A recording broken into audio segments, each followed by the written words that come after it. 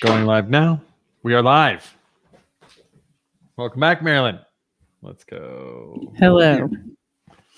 All right. Welcome, everybody. Let me pop up into where I can see comments. Let us know if you can see us, and we will get rolling here. Looks like we're now live on Facebook. I'm getting a notification, and Brooke will tell me in chat if we're live on LinkedIn. And when we get some comments, we'll get started. So, oh, look at that. Mike Boyd is here. Mike Boyd, you are on my list to talk to. Actually, I was given. Somebody mentioned that I should reach out to you about something, so I'm going to be emailing you or calling you later today. Good to see you, sir. And then you can also post straight up in the chat for the program as well. All right, let's get started. Everybody, welcome. Hey, Brooke. And Brooke's confirming that we're live, so maybe there's a little bit of a delay there. Welcome to Is It Time to Rebrand with Paige Black. My name is Mike Black, and have with me Marilyn Haywood Page, our Chief Marketing Officer. And we're excited to be here and talk to you today. So Marilyn, why would people even think about rebranding right now? Now's a great time to think about it, actually. Why is that? Well, because so many people were, what's the word I want? Removed from commerce, from businesses, from, there was just a huge shift, just a cataclysmic shift that happened in the world and in business. And so you have a unique opportunity right now that some of it has been created by COVID. So there's changes and shifts to brands that have happened because of COVID. But in other instances, there have been brands that had chinks, had elements that were kind of disconnected, that weren't quite right, that now, because there's been this big shift, it's almost expected that brands are going to shift. So if you were thinking about it before and you were like, well, I don't know if it's the right time, we think we need to, now's a great time because it won't be a shock to anybody. No. And it's kind of a nice way to relaunch, to reintroduce yourself, to revitalize. So now is a really good time. Now, let me qualify that. For some brands who really need to be communicating trust and reliability and continuity, that would not be a good choice. If your audience was rocked in a way with COVID and they are relying on your brand for continuity and reliability and trustworthiness and comfort, then I would say maybe not the time to rebrand, because you want your audience to feel like, hey, we're still here. But if you are, go ahead. So in IT, I was just thinking of an IT services company whose main role is to keep you safe and make sure you don't get hacked. That's may not be the time. Whereas if you're a software development company and that may be where you have to be agile and nimble, and that's kind of your brand there, that might be different. Is that fair? Yeah, you need to look at who is my audience, what's important to them. Has my brand shifted so much that I need to communicate something different because it's just a brand disconnect? My brand elements no longer align with the basic premise of the company. So, and we'll talk about, what are the things that make you need to rebrand? What are those points? What are those signals that say, ooh, we need to, there's a disconnect here. We need to refresh. Yeah, there's a lot of discussion, or I'm seeing a lot of discussion in the sales community around how are we going to do business in the next year, over the next 12 months.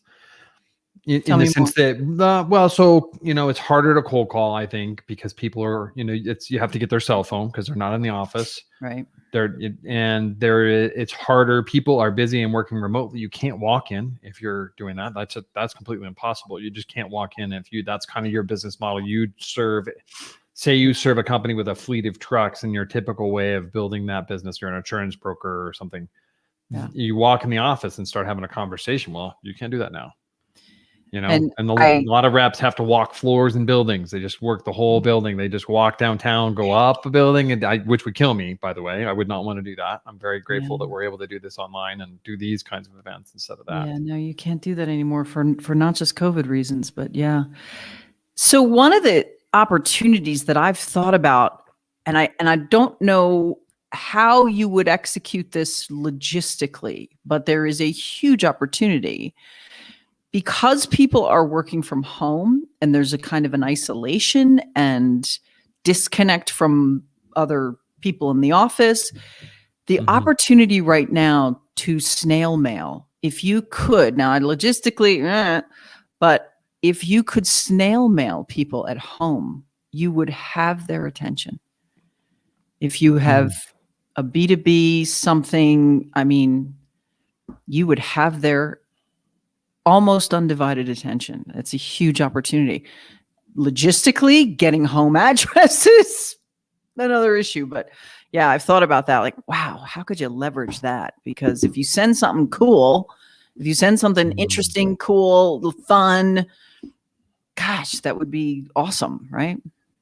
Yeah, I've thought about, even for us, if we do some kind of like premiere or I don't know, higher level webinar, some of the webinars we do, but even higher level where we buy lunch for a certain set of people and we're having lunch delivered to their home. Obviously, they'd have to trust us enough to have their address, and we'll have a more in-depth webinar or something like that. I thought that'd be fun. Hey, Scott, great to see you. Appreciate you joining. Actually, we are just on LinkedIn today. This is LinkedIn only. We're not in our normal webinar tool. This is kind of a different event for us. We do our normal webinars are on the the second Tuesday of the month, and then the fourth Tuesday of the month, we do these LinkedIn live events like this today. So that said, I think I've delayed us. Let me get us kind of moving forward on that. So we are asking the audience a question today. Is it time to rebrand?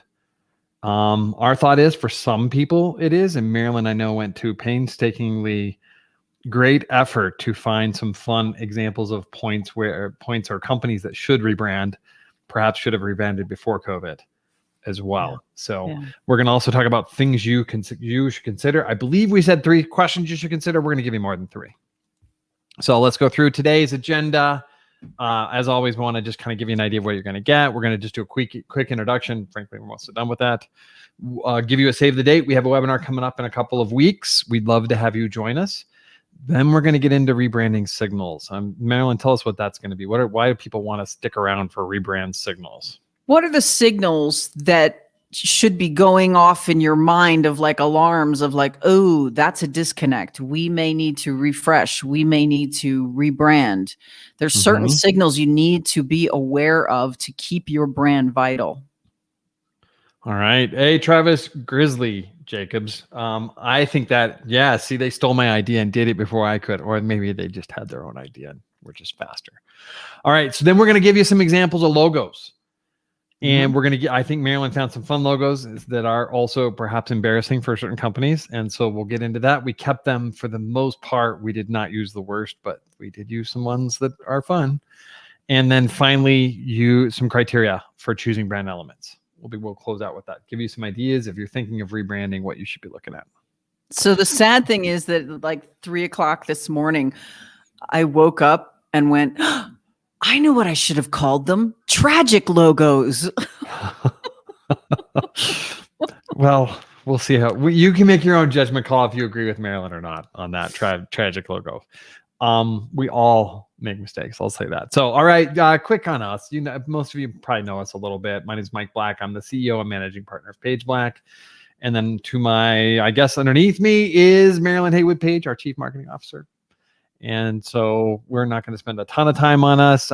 Briefly, Page Black, our vision is to inspire companies to do their very best work. And our mission, which we take quite seriously, is helping business leaders leverage marketing to make their vision for their business a reality. So that means really hitting their goals or accomplishing what they want to accomplish with their business. Save the dates. We've got 2 weeks out, I think this is. We've got a webinar on April 13th. That'll be 10 a.m. Mountain, which is where we are. We're in Denver. And then 9 a.m. Pacific and then noon Eastern. So please bookmark that. And Brooke, will you share that link, please, in LinkedIn? We'll share that link, and you please register if you feel like this is good. What we're going to talk about, which I think is really important for companies, is there is a point in a company's life cycle where they need to hire a marketing agency instead of a team, internal team, to do this. And so we're going to talk about, well, what's the point where you should look at hiring an agency, and what is the point when you should really hire your own internal team to do certain work, and then only hire special agencies that specialize in specific things at that point. So we'll give you some guidelines on how to approach that as you go on with that. So, all right. So I've been informed that we're experiencing a delay in terms of, and I don't know if that's with the video and the audio, but we'll do that. So Marilyn, give us some signals. It's time to rebrand. Well, if your audience changes, so sometimes you have an audience that's aging out, and you need to appeal to a younger audience, and that brand is just not going to appeal to a younger audience. The difference between the way a baby boomer takes in information and the way a Generation Z person takes in information is vastly different. So that would be one instance. If your core value proposition has changed, that's a big signal. So maybe, I'm going back some years, but so there was analog, and your core proposition was analog, and then suddenly it was digital. Well, you had a lot of companies that rebranded in that time. Reputation damage, that's a no-brainer. Your reputation is gone in the toilet. Might be time to rebrand. And that might mean a new name as well. Rebranding can be new name, new logo, new slogan, new language, new brand standards. Rebranding can be a number of different things. So expanded breadth or depth. So maybe you've taken on some brand extensions. That can be a time to rebrand. So I know that there's luxury brands that have gone into, they were sheets and now they're luggage and sheets and homewares, and then it's maybe time to rebrand. A new usage. Now this is less common, but sometimes there's companies that they have a technology or they have a product that suddenly they use it in a new industry. I know MRIs were around for a long time and they were used in some other industry, and then somebody figured out, oh, wait a minute, this could be used for medical. Well, that's a rebrand. And then just new technologies or disruptions, and certainly COVID is a disruption. So when you're talking about a rebrand, you're saying it varies from, maybe we're going to touch up the logo, add a color, shift the colors, be a little bit more modern. There's a refresh. Refresh versus rebrand. Yeah. Right. And now you're also saying the other side of that continuum is full new name, new website, new logo, new everything. Yes. And so you're just building a new brand identity. And so that would make more sense depending on the situation. That could make more sense in that situation. So Mike Boyd, one of my favorite people, asks, is the snail mail dynamic applicable to business? Yes, Mike, it is. Especially if they're buried in it. Everybody's tired. We've got Zoom fatigue, which is one of the reasons I thought about that snail mail option for us, is that I feel like, we're seeing a little bit less engagement in our events. Things are still happening. We're still growing. All of that's really good, but it's become a little bit harder to promote and get people to come to these. And so Brooke shared an article also, is that if you think about it, your brand, your home behind me, and that ugly tissue box that Marilyn's going to yell at me about later is all a part of our brand. And so I now have to move that tissue box later. I don't want to move now because I'm sure there's something right behind me that is even worse. So take a look at that post. That's a blog post we put out last month. So Marilyn, with the shift in the core audience and the disruption that's going on and people buying things differently, now, what kinds of companies are you thinking need to really start thinking about a rebrand? I know you've talked about that a little bit, but give us some more meat on that. The first one that comes to mind, and it's a reputation damage, is the Weinstein Company. I don't even know if they still exist, if they do, but they definitely need a rebrand. Yeah. And I'm curious, I should have Googled, I'm curious to see did they fold? Did they, what happened to the actual company? Because that was a very viable company that was worth millions, tens of millions. And there were a lot of other people that worked there.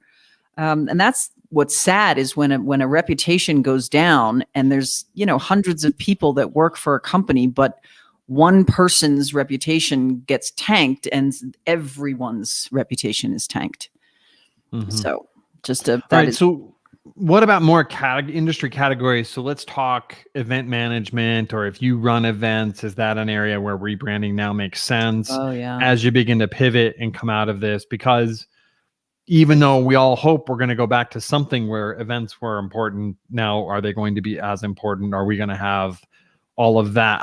How does that impact that? Well, certainly for some time, there's going to be hybrid events, because even if people aren't afraid to gather or aren't afraid to fly or any of those things, there's simply, our eyes have been open to, wow, we don't necessarily need to get on a plane to be in a meeting. We can be just as productive virtually. We can meet virtually. So meeting planners, event planners are now, I think, having to look at a shift in technology, which is one of the disruptors.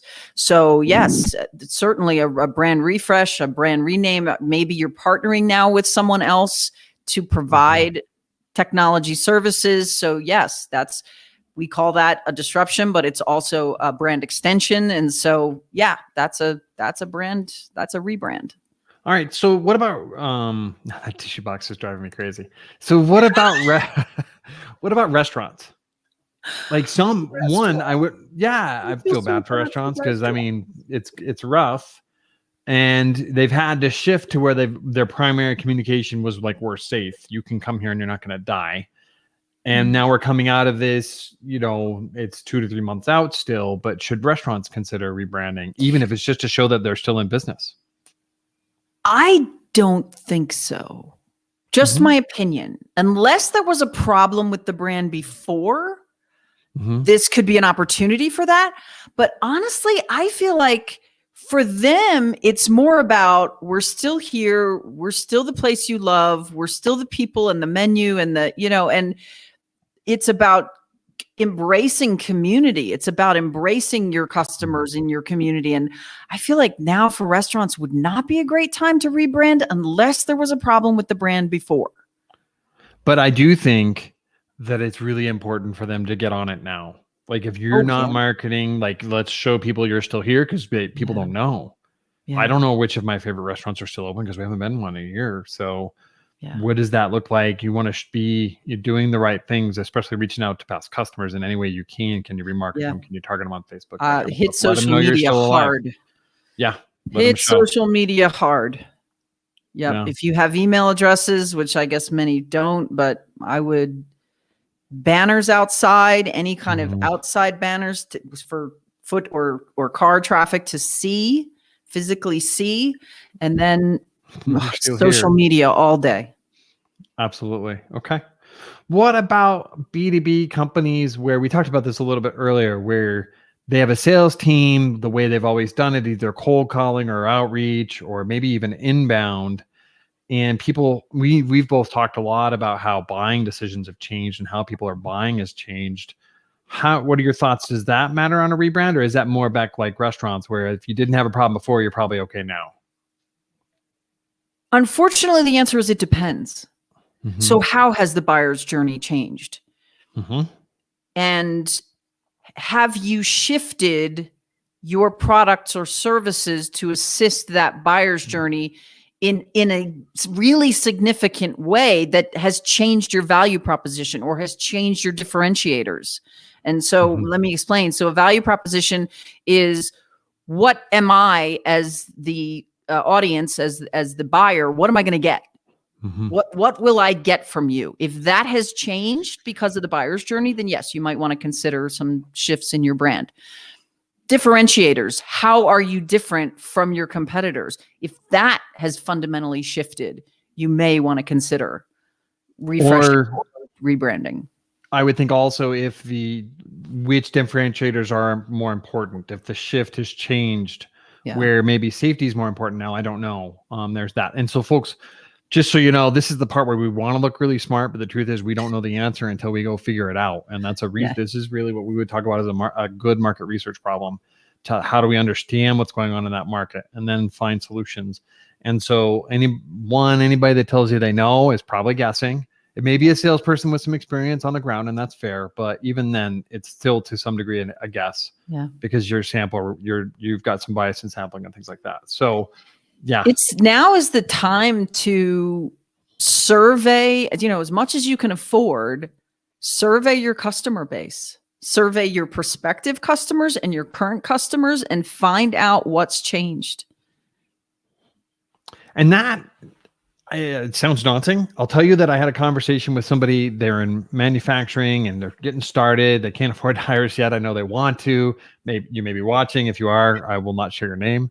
But I said, hey, go talk to your customers and just see what's important. See how you stand out, what they like about working with you, what can you improve. I think they brought in $200,000 worth of business over lunch.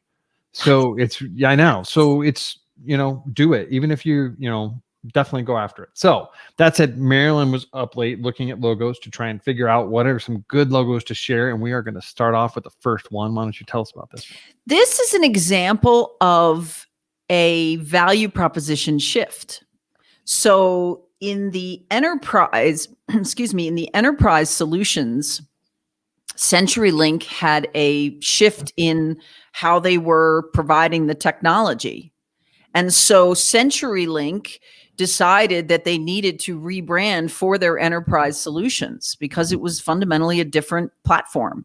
So that's what they did. So CenturyLink is now their residential and Lumen is now their enterprise solutions. And that is a complete, rebrand. It's a brand extension that got renamed, but that's that's a good reason. That is a signal. That's a good reason to rebrand. And it's a nice rebrand. I like it. I do too. All right. This was a big one. This is an audience shift. So Weight Watchers looked at their core audience, which were in their 50s. The average Weight Watcher member, I think, and I'm totally paraphrasing here. I don't have access to their actual data, but they knew that they needed to rebrand for this younger millennial audience that had very different goals around weight loss. So Weight Watchers was always about weight loss. And the millennial and Gen Z, their outlook is more about general wellness, general health. It's not about being skinny. It's not about just losing weight. It's about an overall mind, body, spirit wellness. And so they had to look at that because that's who, for them to survive, they have to appeal to millennials, Gen Z, to stay alive, to make their brand more compelling to that younger demographic. So they changed to WW, which is wellness that works. And their entire platform changed, not just a logo, everything about how they talk about wellness, all of the messaging, even it's not really a diet, but even the way that they deliver the weight loss solutions changed. So big shift in that company. It's fascinating to watch how we went from kind of the silent or the greatest generation to the baby boomers who really just didn't take care of themselves, at least not my dad. And then Gen Xers who were focused on being skinny to now it's holistic wellness, which I guess is encouraging. That's a really good way to summarize that. Good for you. Okay, so Sherwin-Williams. This is fascinating to me. This, I believe this company started in 1905. Someone can Google that. I believe they started in 1905. I believe this logo may be from the beginning, from 1905. Interestingly, the globe certainly looks like it. Yeah. So interestingly, in 2011, Fast Company did a survey of their readers and said, which brand do you think is in the most need of rebranding, refreshing? And almost unanimously, they came back with Sherwin-Williams. Well, doing a little digging in Adweek, I found out that this is quite well known in the ad world, like that Sherwin-Williams is still using this really old logo. In 1972, 74, something like that, they tried to rebrand because back in the 70s, there was this eco push, right? So they did redo their logo in a more eco-friendly view, which I tried to find online. And if someone wants to send me a link, I couldn't find it. Maybe you can. And then they went back to this in like 1985 or something like that, because it just didn't resonate. So they went back to this. So it's kind of curious because this is so clearly not eco-friendly, and we are so eco-obsessed right now. And it's really interesting that this has endured. I will wait for them to be canceled, and we'll see where that goes, but it's coming. It's a matter of time until they get found on this. Well, but I wonder, their audience is painters. Mm-hmm. And so a part of me says, I'm sure they have a significant residential, people who just home buyers, homeowners who are doing this.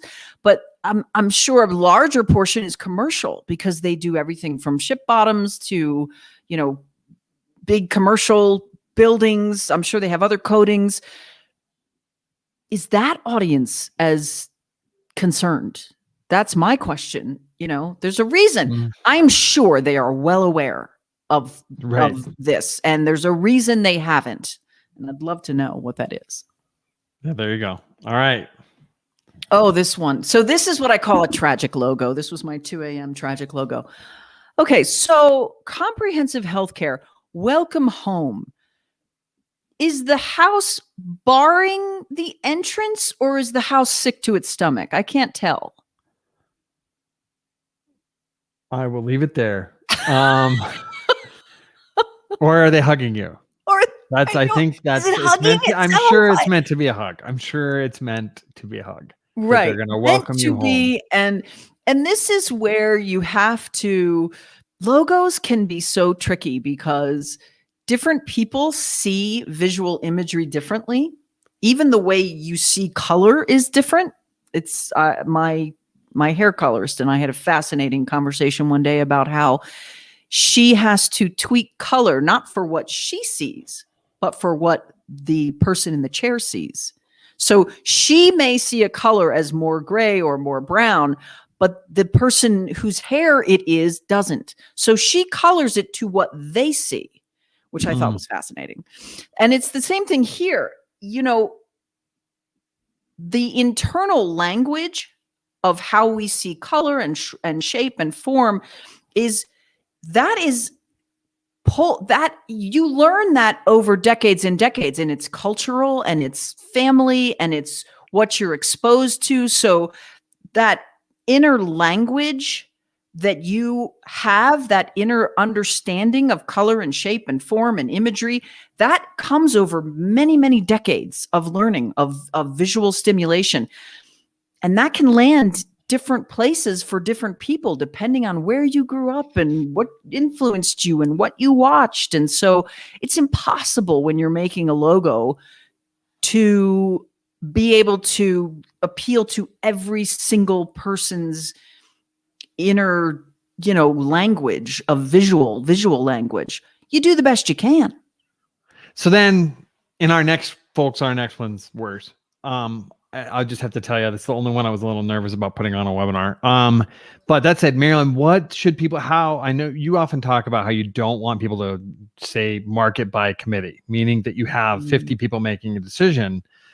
At the same time, how do you look at a logo and find, I'm sure that they storyboarded this or whatever they did, and they're like, we want something warm and welcoming. Let's give a hug is warm and welcoming. Let's do a hug. And that's how that rolled out. And unfortunately, it's not what it communicates, at least not to me. Mm-hmm. How do you spot those errors?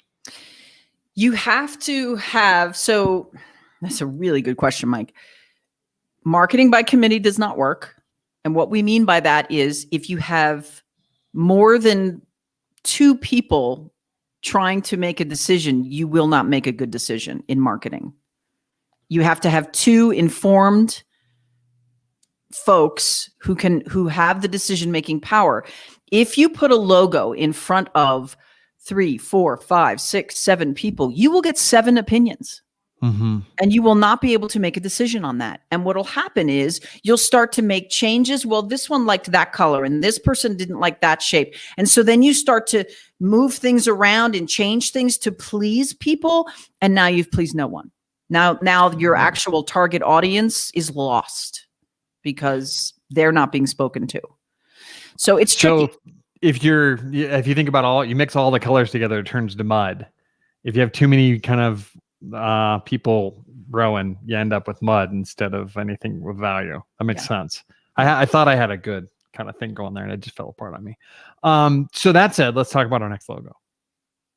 And then you can go into more about how not to have this happen. And, you got to excuse me because I was doing this at midnight and I was really punchy and I was just like laughing hysterically at some of the logos. And this was one of the tamer ones, actually. So Bureau of Health Promotion. You have to wonder, what type of health are we promoting here? Yeah. And maybe culturally, I don't know the answer to this, but maybe culturally that is a completely appropriate. Oh, I'm sure it's not. Mike Boyd, your Chinese is better than mine. I can see the word country. If you can read that, I want you to tell me what it says. I should have had my wife look at it before we did this. I didn't think about that. That's really funny. But yeah, that one doesn't work so well. I'm not honestly really sure how that works. Hidden messages, there's hidden messages there. Maybe, right, maybe not so hidden. I'm going to move us forward into this, but really quick, I just noticed that Travis Grizzly Jacobs had a comment that he is talking to people in Germany, New Zealand, Australia, and Canada. I think that's in relation to doing some of the workshops where they're sending supplies or things to their home address. I have to say, I think that's fascinating. If you are sending, if you're doing meetings with someone's home in Germany and you're coordinating gifts and arrival, not only to be there on time, but like finding a store that'll do it, all of that, that's not a small amount of work. I want to hear how that works. That sounds like another phone call to me. I would want to understand culturally how that would land. So is it offensive or is it warm? Like, I don't know the culture. So would a New Zealander see that as cool and interesting, or would they see it as an invasion? That's what I would want to know before I would do that. Fascinating. Great points. All right. So we have 6 criteria for choosing brand elements. Before we even do that, I think I know what brand elements mean, but I'm pretty sure not everybody on this live stream is going to know. What do you mean when you say brand elements? Logo, colors, slogan, mission, anything that is facing forward to the customer that they see. I look at, and that's repeated, right? That's a symbol of your business. I look at that as a brand element. Okay. And I know brand standards, I'm just going off script here. Brand standards are really an internal document that says, hey, this is the font we use, these are the colors we use, and all of that. And it drives how we're presenting the brand elements. Is that a fair restatement, or would you add something to that? No, yeah, that's yes. I would say yes. Yeah. So right, we've seen some shifts in these things. If you look at the criteria here, we've seen brands rebrand significantly. Eskimo Pie, Aunt Jemima, brands, Uncle Ben's. These were legacy brands. These were long standing brands that, in the light of today's culture, suddenly the meaning and the likability shifted. Mm-hmm. So that's where, again, signals, you have to be cognizant of what are the signals happening around me, and are they impacting my brand in a negative way that I need to rethink it.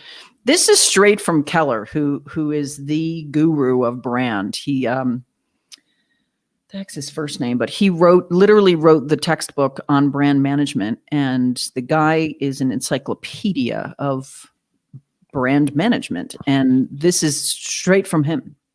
Mm-hmm. And so what he's saying is, when you choose a brand element, you're going for longevity. You're trying to choose something, create something that will live in your customer's mind in a memorable, meaningful, likable way. Mm-hmm. And then you get to the last three, which is more the logistics. Can it transfer? So will this logo, if I choose this logo for my coffee shop, will this logo grow with me when I start packaging my own coffee? That's a transfer of that's a transfer of brand from the experience of the coffee shop to the actual, I'm bringing now home a bag of coffee. Will it transfer? Adaptability. Can these colors, these shapes, this brand adapt?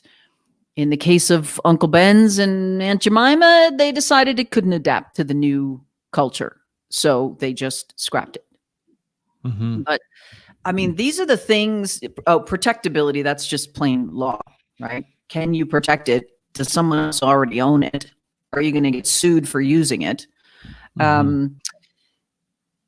And when you look at how many times small businesses don't think of any of this, none of this criteria is in their decision-making process.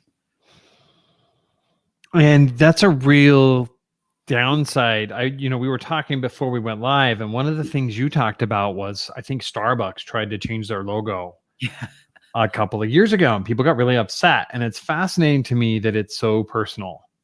Yeah. That it's a picture. But it's personal to us. If you are a Starbucks fan and they start messing with that logo, you really don't like it. Imagine if Nike decided to change the swoosh. Yeah. I mean, there's just fervor. Certain brands, I was watching Formula One last night. The fervor for Ferrari, say that 10 times fast.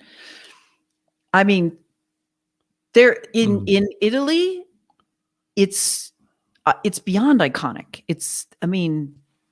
I the Italian Grand Prix when Ferrari won in, was it 2019?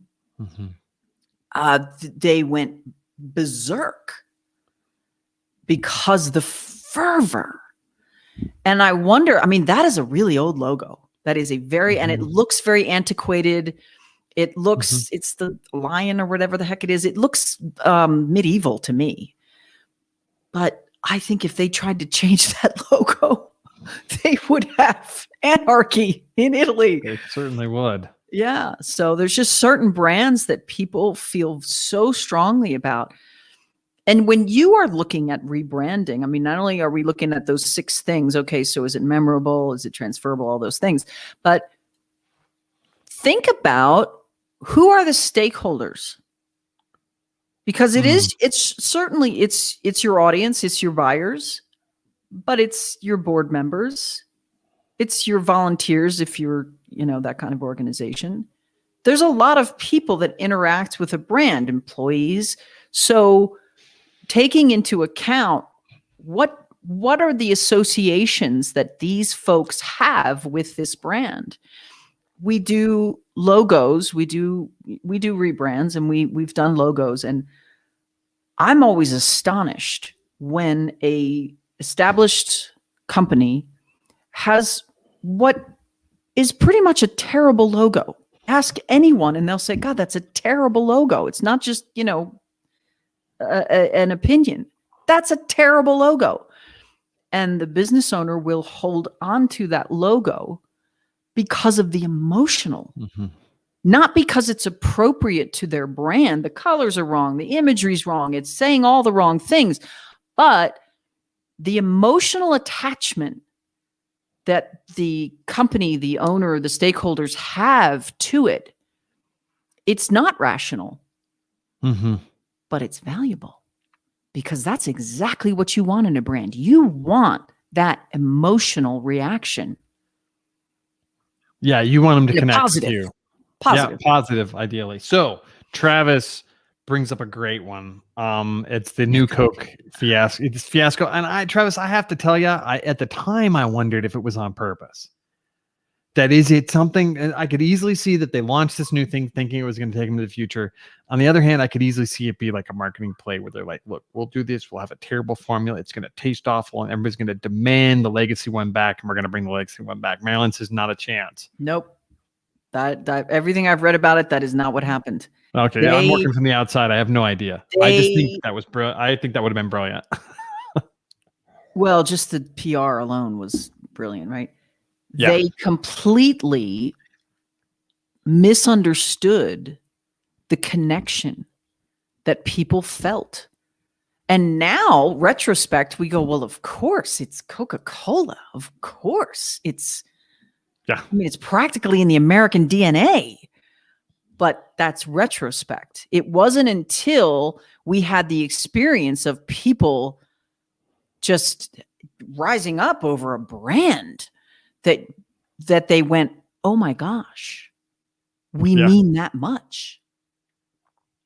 So it was interesting. It's fascinating. I don't even drink soda, but if I did, I'd drink Coke because that's how I grew up. I drank, I didn't like the new Coke. I didn't buy it at that point. I think I went to Dr. Pepper or something. I don't know. But then I was really excited when they brought it back, and I'm still connected to it, even though I haven't drank a soda in probably 5 years. Yeah. So anyways, there's that. Thank you for that example. That is another fascinating one. All right, Marilyn, we are 40 minutes in. I don't know if we have a lot of questions today. I think we're kind of moving through. Is there more you want to talk about with these 6 criteria? What I would love to hear from you. What is the one you see missed the most often? Oh, that's a really good question. I think value prop. Because it evolves. So audience, I think you, as a company, you see that more because it affects your sales, right? You see more like, oh, they're aging out, they're buying less. You see that more. Value proposition can sneak up on you because you're improving your customer service, you're improving your service, your product. And so over time, you're just evolving. You're just evolving and improving your company. And you don't always stay aware of like, oh gosh, we've made all of these shifts and all of these fundamental things have changed in how we deliver. And so it's very hard from the inside to see what it's like from the outside, because really that's what you're doing is a brand. It's not about what you think. It's how it lives in your customer's mind. That's where brand lives. So if your company value proposition has changed, you aren't seeing how does that show up for the customer? How do they see us? What are the associations they are making in their mind? That's where I see, I think the disconnect is often. So the example, I'm trying to think of making that more concrete, because the idea of the logo representing or the brand representing a value prop, I would think of that logo. Unfortunately, it didn't work, but the one where they're welcoming you home. And if they evolved their business to the point where it became much more streamlined and they were all about how the process worked better and how it was very courteous and professional, and their logo kind of really communicated this welcoming, of a hug. That would be that disconnect you're talking about of the shift, both the shift and how the value prop isn't standing out. Is that fair? Or would you say something different about that? I'm sorry. I was reading the comments and I missed the first half of what you said. I apologize, that's okay. Mike. Let me repeat. So no worries. It happens. So I was talking about the idea, if that logo of welcoming people home had worked, and over time they had shifted how they did business to make it more streamlined, more professional, and they moved a little bit away, that would be an example where your value prop and how you stand out you'd move away from that, but maybe your brand doesn't move away from that, and then there's a disconnect over time. Is that fair? Sure. Or would you go? And I'm just trying to make it more concrete, because I think a lot of times when we start talking about branding, we're like, it's very difficult to make it concrete and understandable. It can backfire on you, right? So let's say you start with that logo that's all about comfort and hugs and warmth, and then your brand moves away from that. Now your logo is mocking you, basically. So you have to be aware of we do a brand audit because there's always a difference between what you think you are saying and what is being perceived. Absolutely. All right. So on the note of those comments, Scott, love your point that they learned from it and they bought all the water companies. And I love that you have quotes around healthy. I think that is going to be a continued challenge, is that a lot of it's sugar, and we're, as a culture, we're moving away from sugar. So that'll be interesting to see how they adapt to that. Then Mike Boyd says is that Uncle Ben was a black self-made millionaire, and it was a great story. He was not a Madison Avenue creation, but an actual real person. And that the deletion was based on certain social opinions, not the consumer marketplace. And so in your perspective, the pressure to delete missed the real potential value of the message. Yeah, I didn't know that. That's I didn't either. That's very interesting. Yeah, I mean, to me, that's a missed opportunity, but I'm not in that field. I'm sure they did their market research and figured out what was the best play. Right. There's probably more reasons than we know. If anything, to me, it speaks more to I remember when I was young, my grandfather used to complain about my generation, and now we can, for a while, complain about millennials, and pretty soon it'll be Gen Z or whatever it is. Sorry, Brooke. And so I'm going to get yelled at, and we're going to see me get yelled at in chat in just a minute. But I think that we always, that it's a struggle as you get older to watch the world change with that. But that said, that is a missed opportunity. I wonder if they just felt, I wonder if they felt like it just wasn't something they could overcome. Yeah. That it was all of the negative press, because there was that is such a movement. And I wonder if they just felt like, gosh, even though we have this great story that's actually a counter to what is being said, they just felt like they couldn't overcome it. That's a complex story to tell. It is. It is. Yeah. All right. Travis Grizzly says the most beloved brand I've ever seen is the United States Marine Corps. Man, if you're a Marine, at least internally for sure, you just simplify, and the way that community works, that for years, and we as a community celebrate their service. I agree. There's one of the most fascinating books I ever read. Author's name was Ricks, and it was called Making the Corps. And what he did was he followed new Marine recruits from the bus that took them to boot camp through the first 2 or 3 years of their career. And the inculcation into that culture, because it is, I mean, it is a line in the sand that they draw, and they say, you are no longer a civilian. You are no longer, and they inculcate these new recruits into this life, this culture, this team, this tribe, and they say, like, you are no longer a civilian. You are now better. You are held to a higher standard. You will do this, that, and the other thing. It was a very, very fascinating read. And ultimately, that is a kind of branding. I mean, sure. Of course it is. Yeah, there's the old branding, of the sheep, the branding, right? And it is a mental branding process that they go through. When I worked at Princeton, they had it not quite as severe, but a similar. Let's hope not. As a freshman at Princeton, there is a ceremony that you are a part of that is like the first week, or maybe even before classes begin, that you are inducted into Princeton alumni. Even if you don't graduate from Princeton, you are forever Princeton alumni. And they start this mindset of, I am Princeton. From the first week, these freshman students arrive. And that is part of the branding. You are making people part of your brand, your mission, it's all part of that brand. Well, they do that here with the School of Mines.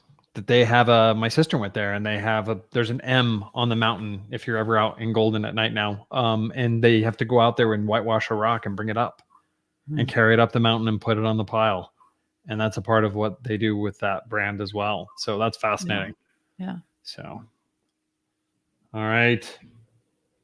Pepsi Clear. Oh, interesting. I don't see. Lori, great to see you. I'm glad you were able to join us. Yeah. I am such a Coke person. I have no idea what Pepsi Clear is.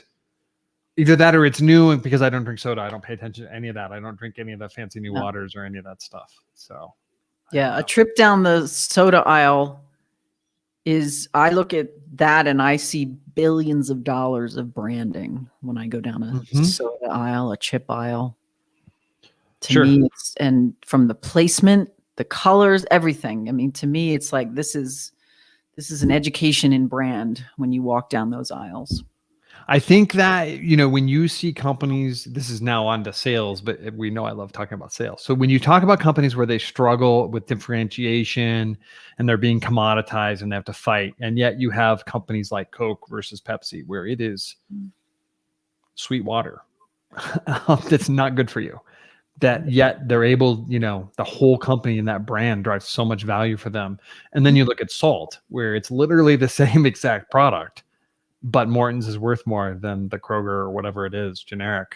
That's fascinating to me. And then they can calculate that from that point. I just think that's interesting. And so if you feel like your industry is being commoditized, I would argue that you can fight that, and that it is possible to fight that, and you can stand out, even if you feel like price is the only differentiator. I don't believe you. Sorry. Yeah. So there's that. It's been proven over and over and over again. For every brand that says, no, we're a commodity, there's someone who's doing it and competing on brand, not commoditization. Well, and there's going to be 5 that are willing to go broke or out of business and charge less and go under market. I mean, we have a couple of clients that are fighting that right now, that they've had a lot of new people enter their industry because of all the unemployment, and it's going to be a challenge for them, but they're not going to compete on price. So good for them. All right. Hey, it is 10:51. If people have questions, we can sit here and chat, but I don't know that that's entertaining. So if you have questions, we are not entertaining, Mike. There you go. If you have questions, enter them in there. If not, I'm going to give it a minute or two here. Not even a minute or two. I'll give it 15 seconds because I think there's a bit of a delay, and then we'll end this. But thank you very much to everybody that came. And if you have questions, email us, and then we'll hopefully see you at our event. I am going to go back. April 13th. There we go. Should you hire a team internally, or should you outsource your marketing? And the answer is it depends, and we'll discuss what the depending factors are. Absolutely. And one of the things that we run into as a company that I think we should talk about here before we just head out is we don't necessarily want to like, if you have a core marketing person, we're not talking about firing that person and hiring an agency, because actually you need that core marketing person to be the point of contact for the agency. Because if you're a CEO of, say, a $50 million company that does $50 million in annual revenue, you don't have an internal marketing person, and your VP of sales is going to be the point of contact. VPs of sales have a lot more to do than kind of make those decisions. And so your marketing is going to stall. So that said, our goal is not to necessarily replace, but there is a point where agencies can bring a diverse skill set. We'll talk about that. And there's a place where it doesn't make sense. And we'll talk about both those. So that said, we have a couple things came in. Brooke, thank you for linking that. We have our LinkedIn page. Please follow us there. And then Colgate lasagna. All right. That is the gem of the day, where I'm going to Google that right when we get done here. And then finally, there's the webinar that Brooke linked to at the end. Everybody have a fantastic day. We will see you soon.